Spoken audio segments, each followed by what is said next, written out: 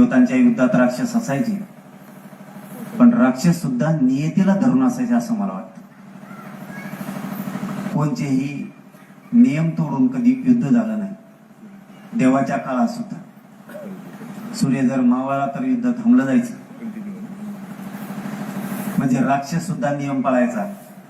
ही पैदासच नेमकी कोणाची राक्षसाची सुद्धा नसावी, ही वेगळीच कोणाची तरी असावी. एखाद्याचं घर जर उजाडलं, एखाद्याच्या घरावरती एवढं मोठं संकट आलं, तरी जर तुम्ही त्या भाषेत बोलत असताल तर आम्ही सुद्धा मराठी एवढी कमजोर आणि कच्च्या नाहीये. फक्त आम्ही संयमाने घेतोय, त्याचा गैरफायदा तू घेऊ नको. आणि तू जर इथून पुढे काही अशा कार्या केल्या आणि तुम्ही नाव सांगत जा धनंजय भैया, तुम्हाला कोणाची धमकी आली, नुसतं ते मीडियातून येत आहे आम्हाला ऐका, नाव घेत जा. तुम्हाला जर फोनवर धमकी आली, आता इथून पुढे आम्ही नीट करायची तयारी ठेवायला लागलो आणि त्याच्याशिवाय जगणारच नाहीत आपण सुद्धा. संतोष भैयाला खरा न्याय द्यायचा असला, त्यांच्या लेकरा बाळाला न्याय द्यायचा असला तर आपल्याला सुद्धा आता जसं असतं तो वागावच लागणार. गप बसाव किती दिवस? तुम्ही इथले सगळे उठा आणि आमच्या तोंडात चपला हाना आम्ही जर चुकत असलो. गप बसाव किती दिवस? जर आमचे मुर्देच पडायला लागले तर गप तरी किती दिवस बसायचं? याच्यापेक्षा काय क्रूर हत्या व्हायला पाहिजे? तरी पण आम्हीच त्यांचे भाषण ऐकून घ्यायची, त्यांनी मोठ्या थाटात भाषण करायची. एक खून झालाय, देशमुखांचं कुटुंब सगळं उन्हात उघड्यावर पडलंय, तो आनंदाने भाषण करणार. तुला आठवण कोणाची यावा, कोणाची नाही यावा, एका क्रूर हत्याराची तुला आठवण यायला लागली म्हणजे तू सुद्धा क्रूर आहे. याचा अर्थ तू सिद्ध केलं की तुम्ही दोघंही एक आहेत. म्हणून मी वारंवार सांगतो, याला आरोपी करा. फडणवीस साहेब, तुम्हाला वातावरण बिघडू द्यायचं नसेल, अजितदादा तर वयालाच गेलेला माणूस झालाय. मी काही त्या पक्षावर टीका करायला नाही आलो. इतकं नालायक बोलणाऱ्या माणसाला सुद्धा अजितदादा जवळ करते, त्यांचा चांगला पक्ष असणारा सुद्धा डाग लावायचं काम करतात. आमच्या संतोष भैयाला जर न्याय मिळणार नसला तर आम्ही अजितदादा कोल्हा आणि तिकडे फडणवीस कोल्हा. आम्हाला अण्णा तुमच्या माध्यमातून सांगतो, आम्हाला ह्या धर्तीवर पाय ठेवलं का आमच्या रक्तात होती आग. कारण आमच्या येतो तो खून लक्षात. तुम्ही फडणवीस साहेबाला सांगा, आणखी नवी मराठ्यांनी संयम सोडलेला नाही. मी आणखीनही पायरी फडणवीसची चढलो नाही. संतोष भैयाच्या न्यायासाठी तुम्ही म्हणत असले तर मी यायला तयार आहे. एकदा सांगू, संतोष भैया देशमुखांचे सगळे आरोपी ते फरार आहेत, ते सुद्धा आणि धन्या सुद्धा आरोपी करा म्हणून मी सुद्धा सांगायला येतो. मी संतोष भैयासाठी कुठेही यायला तयार आहे. मी माझ्या स्वार्थासाठी कधीच राजकीय पक्षाची पायरी चढणार. माझं या राज्यातल्या सगळ्या मराठा समाजाला आव्हान आहे, देशमुख कुटुंबाला आपण उघडं पडू द्यायचं नाही. आपल्याला जी किंमत मोजायची वेळ येईल ती मोजू आपण.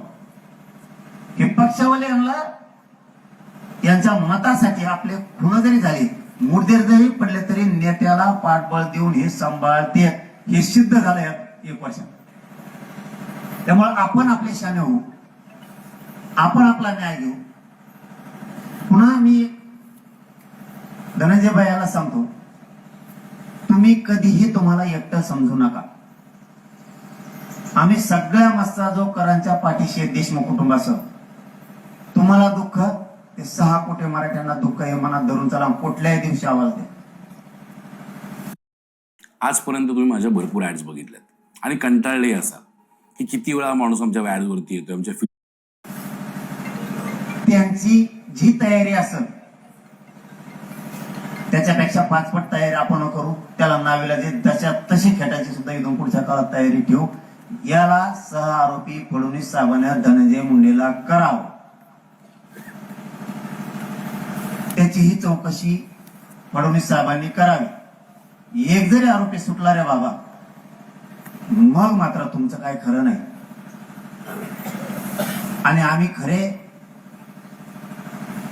त्या दिवशी न्याय मिळाला म्हणून, ज्या दिवशी हे सगळे फासावर लटकतील त्या दिवशी खरी संतोष भैयाला श्रद्धांजली असणार आहे.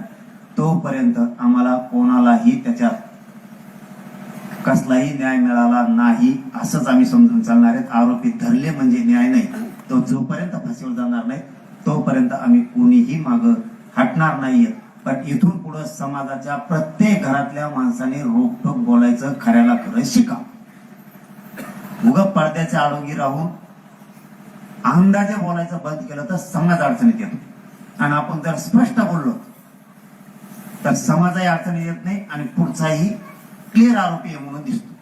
आपण कोड्यात बोललो, समाजाला नेमकं आपलीच काय भूमिका आहे कळत नाही. इथून पुढे तरी प्रत्येक घरातल्या मराठ्यांनी निर्भीड आणि स्पष्ट बोला. तुमच्यावर अन्याय झाला नावासह सांगा, अमुक अमुक होता असं बोलते. स्पष्ट बोलायला इथून पुढच्या काळात सुरुवात करा. प्रत्येक जण कोणावर अन्याय झाला त्यांनी सांगायचं त्याच्यामुळे झाला. फक्त सगळ्यांनी खरं बोलायचं, खोटं बोलायचं नाही. आपण सगळेजण मिळून धनंजय भाई आम्ही सगळं राज्य तुमच्या पाठीशी आहे, तुम्हाला कधीही अर्ध्यात आम्ही सोडणार नाही. तुम्ही त्या दिवशी बाईट दिली किंवा आम्हाला धमकीचे फोन येतात, नावच सांगत जा. आता आम्ही सुद्धा तयारी करायला लागलो, जशाला तशी उत्तर द्यायची. नसता रस्त्याने सुद्धा लोकांना चालू देणार नाही. यांना 4-2 जणांना चांगलं फटकेल्याशिवाय ठेप्याला नाही यायची. कारण आपण संयमाने वागायचं आणि यांनी डायरेक्ट मूर्तीच पाडायची. माणसं मारायला लागले आमची, माणसं कमी व्हायला लागले आमची. आम्ही येणार, फुलं वाहणार, उचित दाटमुटी त्या कुटुंबासंग रडणार, आपण आपल्या घरी सगळे. हे कुठंतरी थांबायचं असेल तर जशी समोरची प्रवृत्ती असेल तसं इकडून वागायला. समोरची संस्कार ही नाही आणि आपण संस्कारानं वागायचं म्हणल्यावर हे मात्र आता ह्या युगाला शोभतच नाही. असं आम्ही हे संतोष भैयाच्या 1 वर्ष झाल्यामुळे आम्ही तसं म्हणायला लागलो होता. संस्कार हिनाला संस्कार हिनासारखंच वागावं लागणार आहे. म्हणजे एक जुनी म्हण आहे, अहिंसेनेच कवर. हिंसेला अहिंसेनं उत्तर देऊन जमत नाही. अहिंसेला अहिंसेसारखंच वागायला लागत.